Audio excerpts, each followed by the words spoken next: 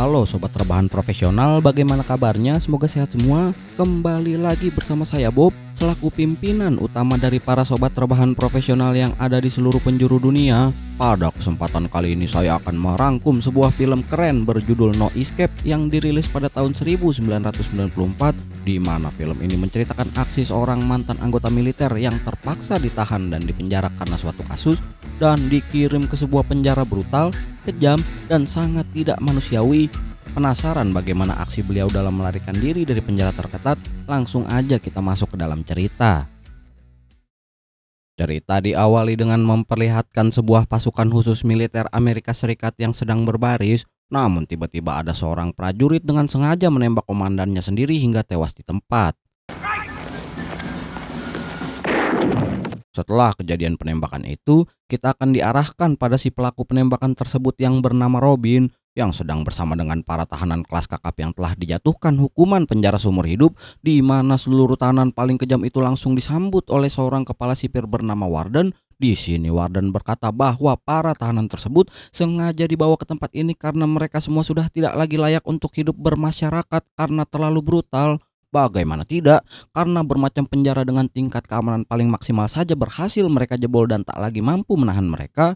Dan diketahui pula Robin sengaja membunuh komandannya setelah dipaksa untuk membantai warga tak bersalah di negaranya. Dan kini Robin tidak diperkenankan untuk memiliki kontak dengan siapapun dan tidak ada pengunjung serta komunikasi dengan dunia luar. I run a multinational business here, Mr. Robbins. You will have no future contact with the outside world. Saat sudah berada di ruang tahanan, Robin mulai disambut oleh teman satu selnya yang sengaja menyelundupkan makanan sisa, di mana setelah beberapa waktu bersama tahanan itu, terdengar beberapa kabar burung tentang suatu penjara yang sangat kejam bernama Absalom, dan bahkan tahanan itu begitu ketakutan ketika mendengar nama tempat tersebut. Belum sempat Robin untuk mencari tahu lebih detail tentang penjara itu, namun ternyata tahanan itu malah ditangkap kepala sipir karena ketahuan CCTV telah menyelundupkan beberapa makanan ke dalam selnya, sehingga pada pagi harinya ia ditangkap akibat perbuatannya dan harus dihukum dengan cara disetrum sebanyak 10 kali. The punishment for this infraction,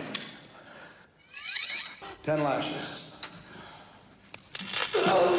Setelah setruman pertama, di sini Robin pun dipaksa untuk meneruskan 9 setruman lainnya. Tapi Robin malah menjatuhkan alat setrumnya yang membuat Warden menjadi sangat emosi, dan Robin di sini tetap tenang serta melihat segala situasinya dengan kalem. Dan tiba-tiba 1, 2. Dan ya, sempat membalikan situasi. Ternyata tindakan Robin itu sengaja dilakukannya hanya untuk memberitahu bahwa ia tidak bisa begitu saja disuruh-suruh diperbudak kekuasaan meski oleh kepala sipir sendiri, yang pada akhirnya setelah perbuatan tersebut Robin segera dibawa ke tempat penahanan paling ditakuti yang bernama Absalom.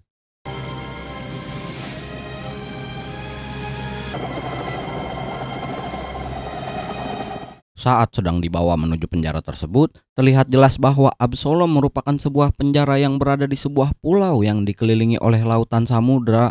Sangat tidak masuk akal untuk ditembus karena secara geografis kondisi pulau ini benar-benar berada di lokasi antah berantah, dan Robin pun langsung dibuang begitu saja di pulau itu tanpa perbekalan sama sekali.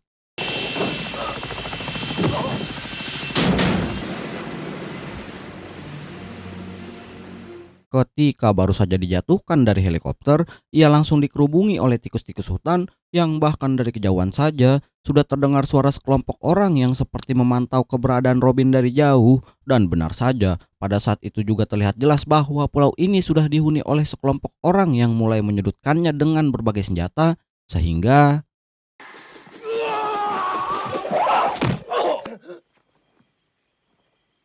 alhasil, dengan segera ia langsung dibawa oleh orang-orang itu ke sebuah tempat di tengah hutan. Mereka terlihat begitu senang seperti sedang mendapati seorang tumbal. Namun ternyata orang-orang tersebut bukanlah kelompok suku biasa, melainkan kumpulan tahanan yang dipimpin oleh seorang pria bernama Marek. Dari sekian banyak tahanan, Marek menjadi satu-satunya orang yang mampu menggerakkan kelompok tersebut, di mana ia di sini sangat menjunjung tinggi hukum rimba dan hanya yang terkuatlah yang bisa bertahan di pulau ini. Dan dengan kedatangan Robin kali ini, ia segera langsung dibawa ke sebuah kolam untuk melakukan duel dengan taruhan nyawanya.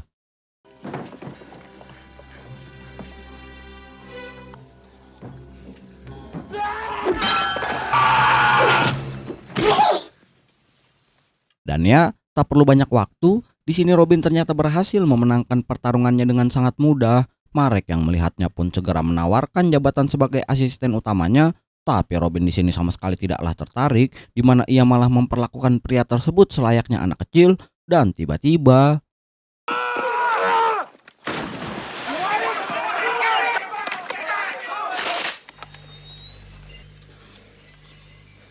ternyata senjata pelontar atau senjata launcher yang dibawa Marek tidaklah berfungsi sama sekali, yang membuat Robin akhirnya dikejar oleh warga dan harus berlari sekencang mungkin.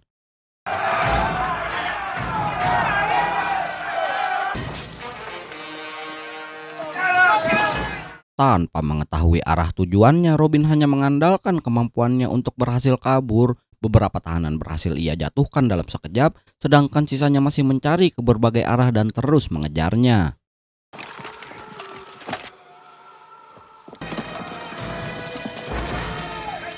Saat masih terus berlari, Robin tak sengaja terpeleset dan kakinya harus mendapatkan luka sobek yang cukup parah.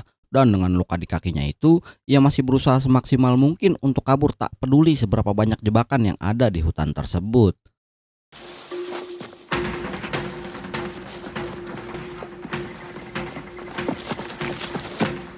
Sampai di satu titik pelariannya, Robin tak bisa lagi kemana-mana dan ia terjebak di ujung tebing. Dan dengan posisi terpojok seperti ini, Robin pun harus ditembak dengan panah bius yang membuatnya terjatuh ke dasar sungai.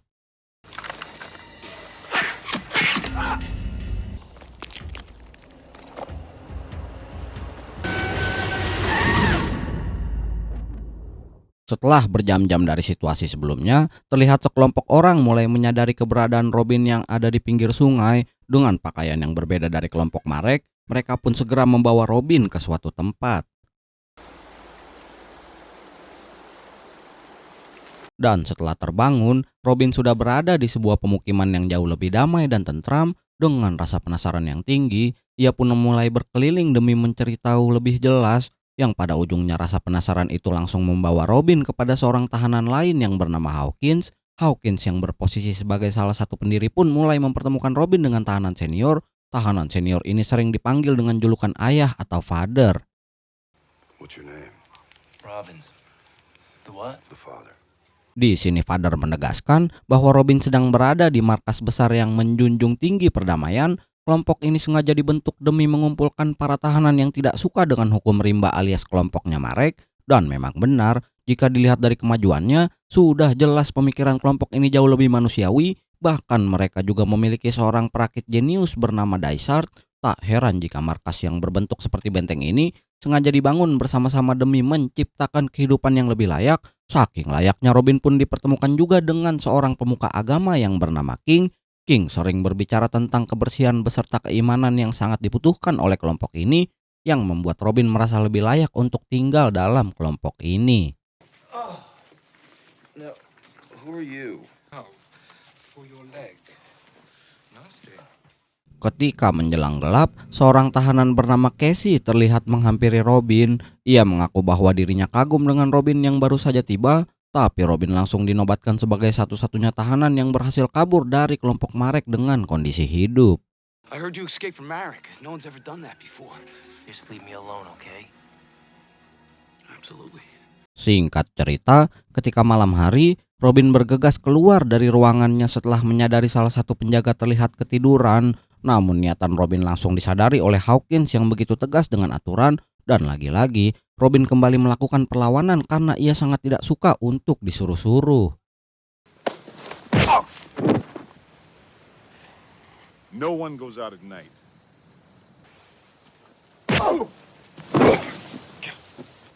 Got your blessings. Saat pagi tiba, Casey terlihat menghampiri Robin untuk kesekian kalinya. Setelah itulah Robin pun sadar bahwa penjaga pos yang ketiduran tadi malam mulai mendapatkan hukuman. Father bersama Hawkins merasa bahwa keteledoran itu mampu merugikan para tahanan yang ada di kelompok ini. Dan hasilnya, penjaga pos tersebut diberikan hukuman berupa pengusiran dari wilayah Father akibat ulahnya yang sangat fatal.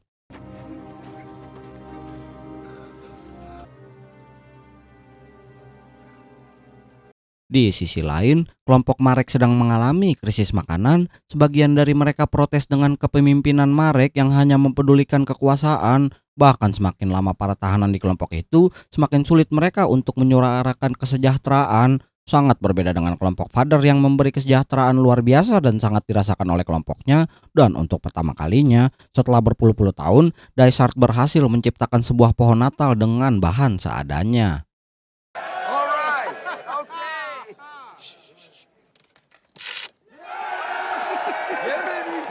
Tapi ternyata diam-diam Marek beserta pasukannya sudah lama memantau dari kejauhan. Di sini dua orang tahanan pun sengaja mengendap-endap ke salah satu pos penjaga untuk mengaitkan sebuah tali yang terhubung ke sebuah pohon. Dan dalam sekejap, kegiatan tersebut langsung disadari oleh seluruh kelompok Father, di mana Robin di sini tidak bisa tinggal diam dalam kondisi seperti ini.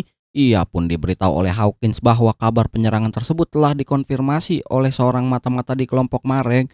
Dan pertempuran sudah tidak bisa lagi untuk dihindari. We have a spy, Robbins, in the outsider's camp. Been there for over a year. Dengan semua persiapan dari kedua belah pihak, yang pada akhirnya pertempuran antar kelompok mau tidak mau akan dilakukan pada malam itu juga.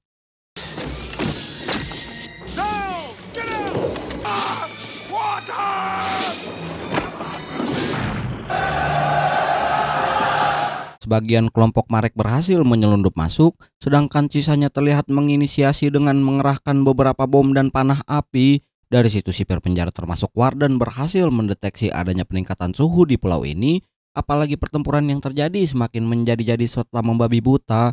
Hal itu dikarenakan si kelompoknya Marek yang begitu kelaparan ingin merebut seluruh persediaan dari kelompok Father, sedangkan kelompok Father bertekad mempertahankan segala hal yang sudah mereka bangun, yang membuat bentrok yang terjadi pun benar-benar dilakukan secara totalitas dengan seluruh pasukan masing-masing.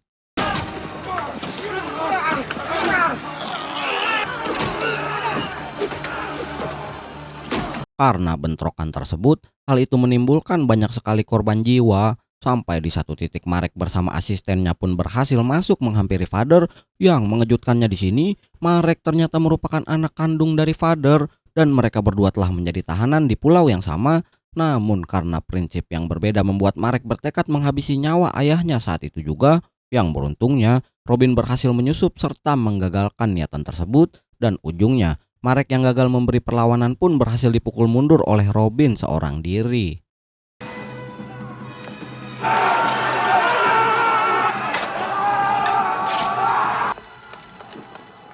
Atas kemampuannya, Robin yang begitu memukau Hawkins pun memberitahu Father bahwa Robin dulunya dinobatkan sebagai tentara terbaik. Tidak hanya sebagai tentara, Robin bahkan juga masuk ke dalam pasukan khusus militer Amerika. Dan sebelum malam itu berakhir, para tahanan yang gugur akibat pertempuran pun bergegas untuk dibinasakan. Jasad-jasad mereka dibakar bersamaan demi menghemat penggunaan tanah di markas tersebut. Pemandangan itu pun langsung membuat Robin sedih tak karuan, di mana ia tak ikhlas jika orang-orang itu mati begitu saja.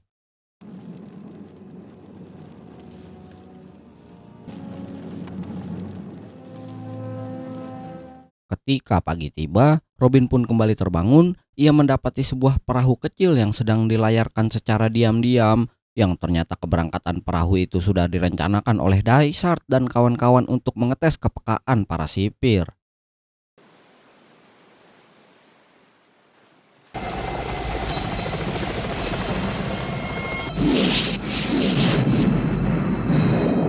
Dan ya, dua buah helikopter pun langsung datang serta bergegas menghancurkan perahu itu beserta pangkalannya. Di momen ini Robin pun diberitahu bahwa Dysart sudah berada di Pulau Absalom selama 23 tahun.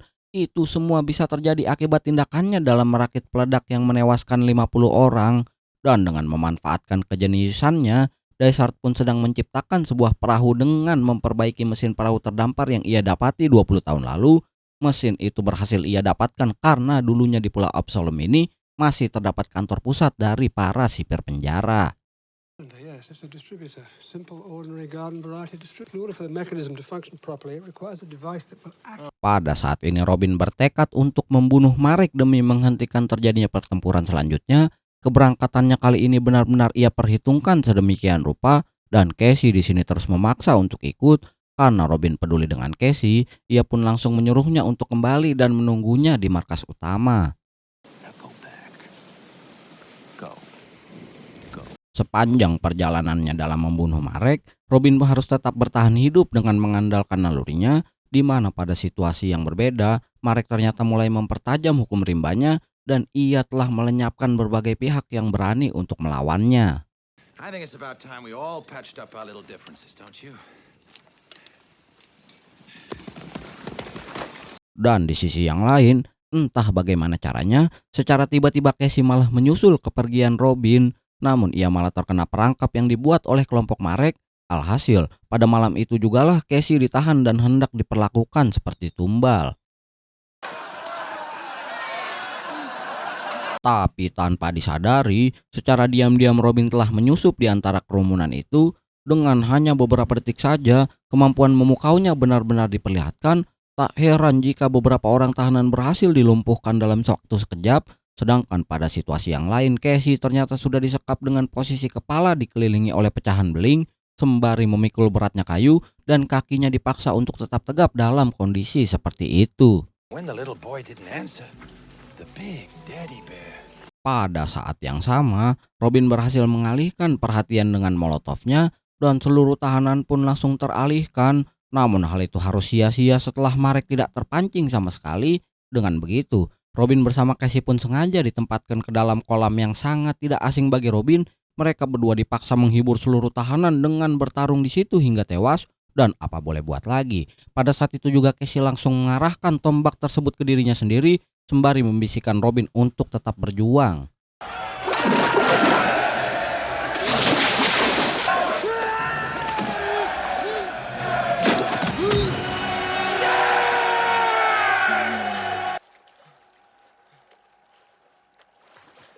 Lalu dengan segera Robin pun dibawa ke ruang pemenggalan oleh Marek, di mana kedua asistennya langsung disuruh untuk mengeksekusi Robin pada malam itu juga.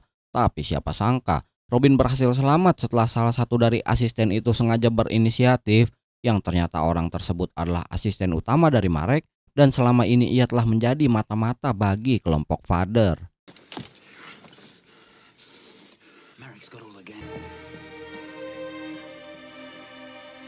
Setelah berhasil melarikan diri, Robin yang berhasil kembali pun bergegas menghampiri Father. Sayang Father harus divonis sakit keras oleh Hawkins dan nyawanya tersisa 2 bulan lagi.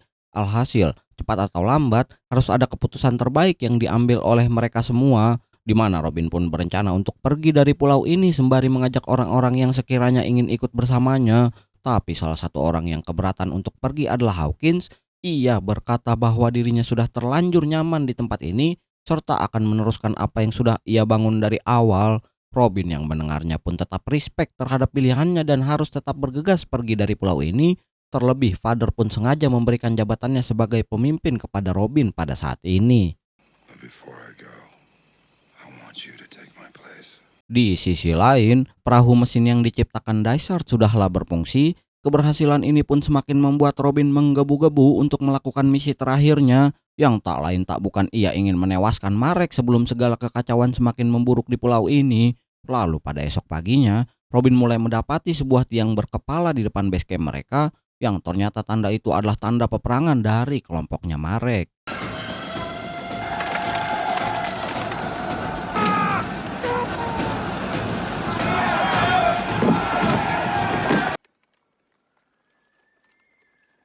Namun herannya, tak ada satupun orang yang bisa mereka temui. Sisi camp benar-benar sepi yang bahkan hanya terdengar beberapa suara dari ternak hewan. Sampai di suatu titik, terdengarlah teriakan keras dari bangunan tertinggi di pulau itu. Teriakannya memanggil nama Marek dan itu berasal dari Robin. Ia ternyata menantang mereka semua untuk maju. Dan luar biasanya, dengan launcher atau senjata pelontar yang sudah diperbaiki oleh Dysart, sebagian besar dari kelompok tersebut pun berhasil dibumi hanguskan.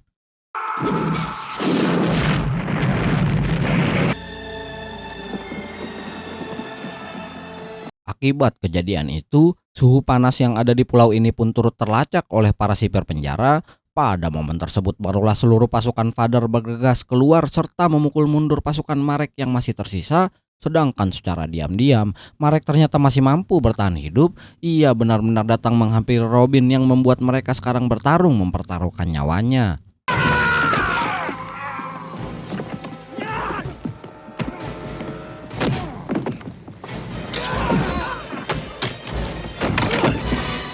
Pada titik pertarungannya, Father bergegas mengorbankan dirinya demi menyelamatkan Robin, meski pada akhirnya perbuatan Marek langsung terbalas dan berujung maut dengan kondisi tertancap.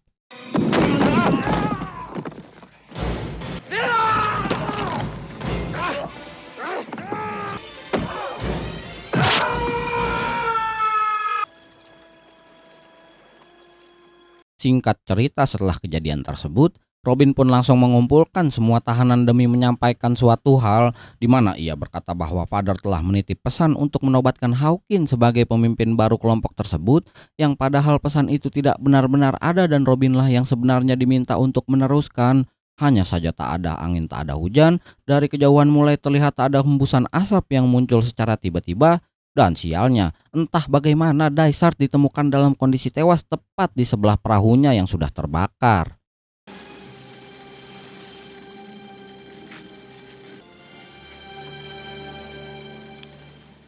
Tetapi kematian Dysart masih meninggalkan jejak, dan Robin sangat sadar bahwa ada penyusup di kelompok mereka yang ternyata orang itu adalah King alias si pemuka agama. Di sini King ternyata adalah seorang penyusup yang merupakan orang dari sipir penjara, dan ia rutin memberi kabar kepada para sipir penjara terkait dari rencana kelompok Father, dan alhasil kebusukan King selama ini harus terbayar lunas pada saat itu juga, di mana Warden beserta para penjaga yang datang pun sengaja dipancing.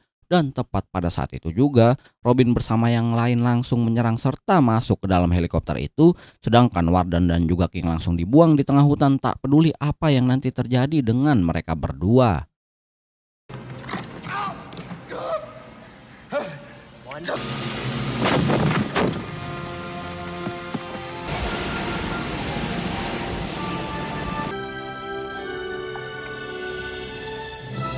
Pada adegan ini, kita pun tahu bahwa sebagian besar dari kelompok Father memilih bertahan di pulau tersebut, yang mana Robin bersama beberapa tahanan tetap memutuskan untuk pergi, dan di sisi lain, terlihat sebuah scene di mana Warden beserta King harus mati kutu setelah keberadaan mereka berdua berhasil dipantau oleh kelompok Marek yang tersisa, dan film akhirnya selesai.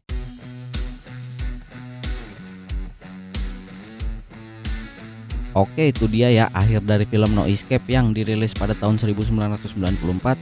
Kacau sih ini film, brutal abis dah.